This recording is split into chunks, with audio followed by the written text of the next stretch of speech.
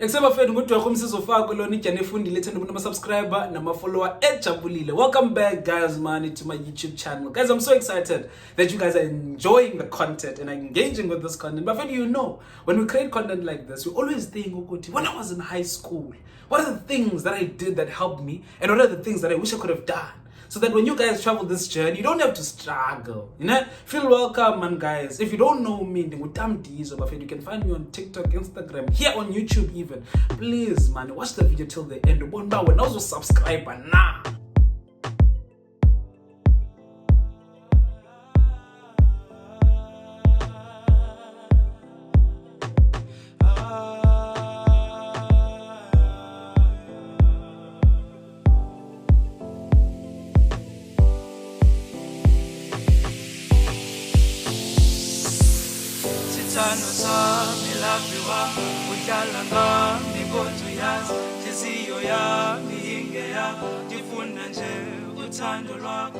Today's video, Buffett, is really amazing because we're going to be talking about something that students often neglect. Cool. Guys, we're going to be talking about what you need to do in the exam room to set yourself up for success. Because I don't care how well you prepare. If you mess it up in the exam room, you've lost it.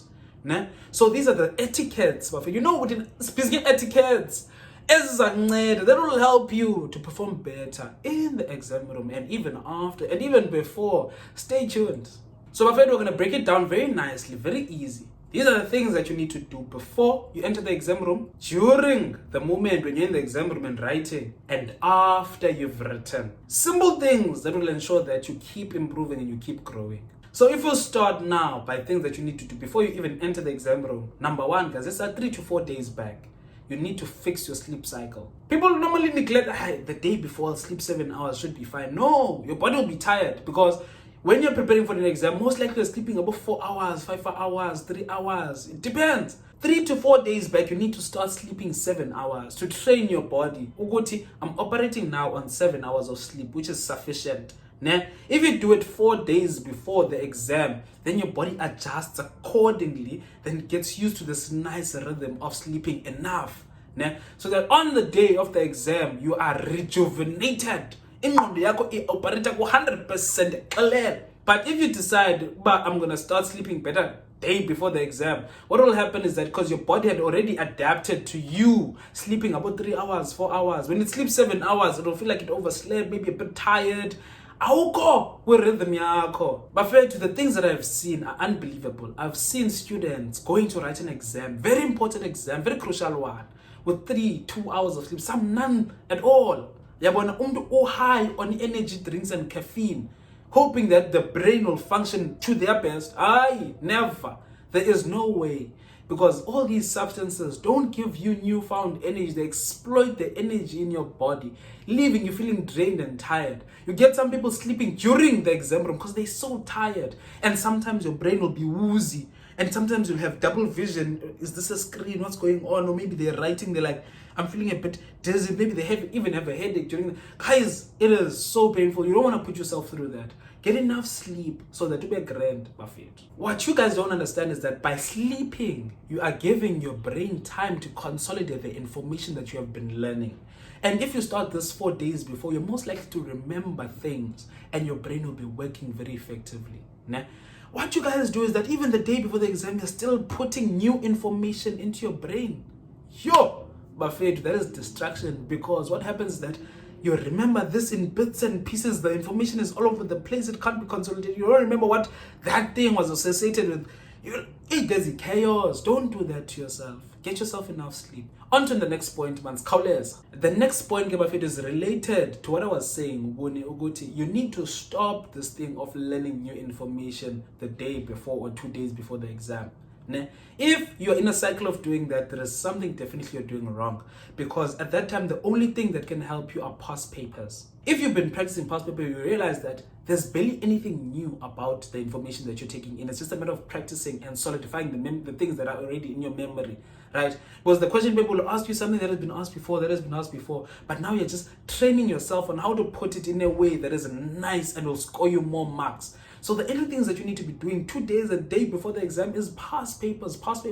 You don't want to be learning new information because that information is not going to stick well into your brain. And your brain needs time to put it all together because there's a lot of information and your brain is trying to fold the things. And if you don't give it that time, you will suffer in the exam room. Have you ever been in a paper and you're writing, and you're trying to think, what was the answer? I know it. It is because your brain did not have enough time to put it in that specific box for you to remember. So, Buffett, don't learn new information 1 day or 2 days before the exam. So, Buffett, on the day before the exam, you want to create something to bring checklist. These are the things that you need to bring to the exam room so that you don't forget.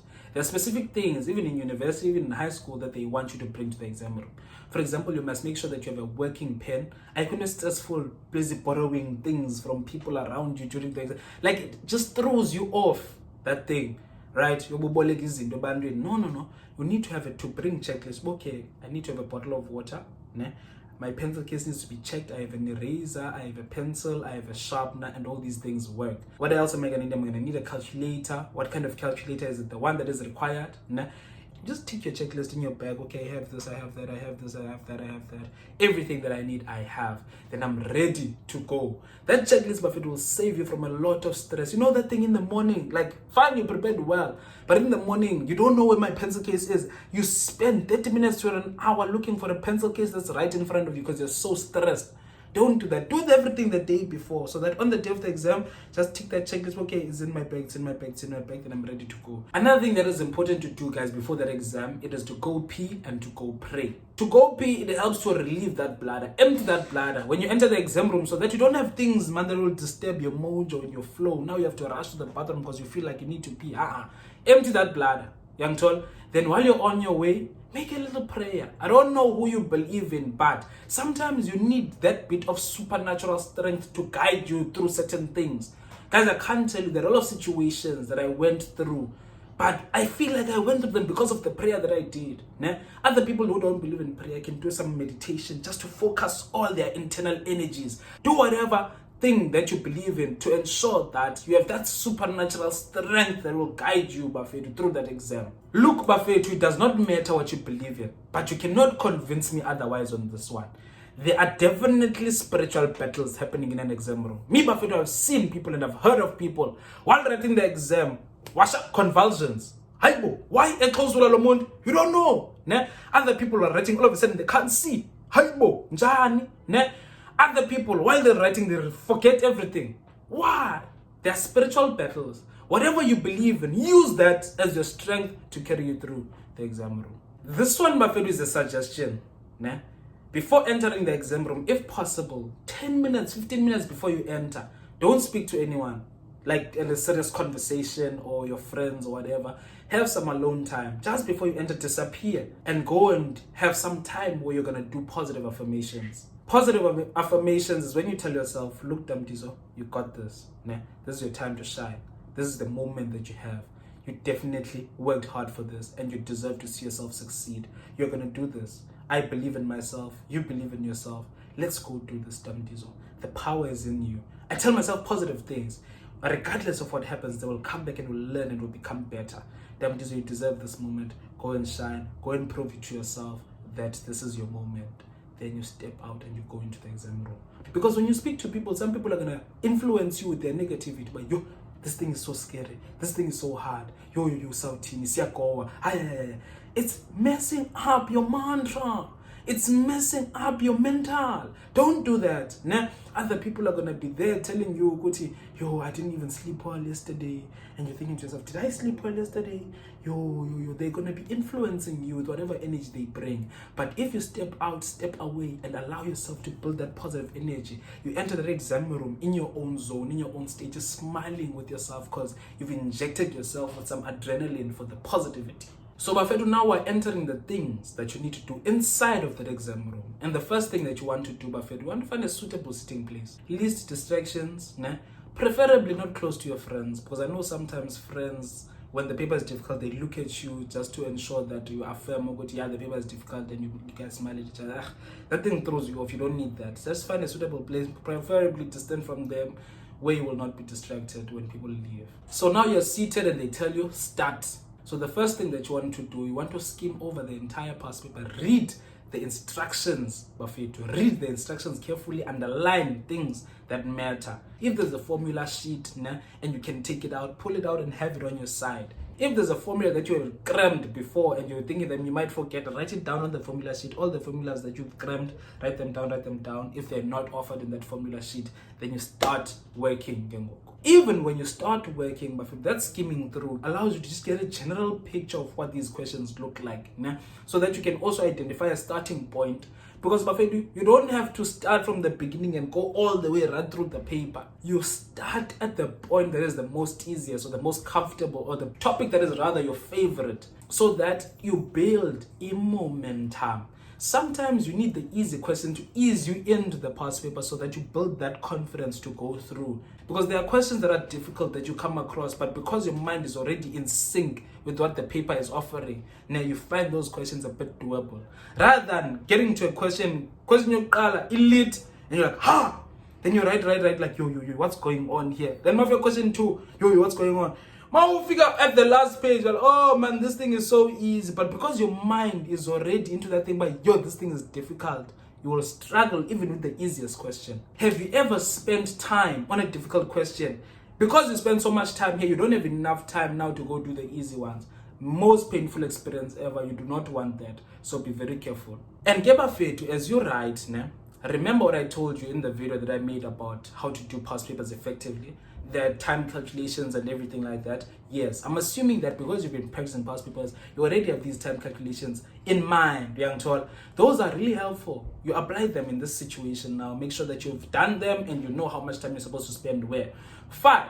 Let's say you haven't done them. Just use a marking point to keep track of time. But at least, if my time is halfway, now question paper wise, I must be halfway through. That will allow you, but surprise, while it floor, all of a sudden, 30 minutes left, and you're like, you don't want that for yourself.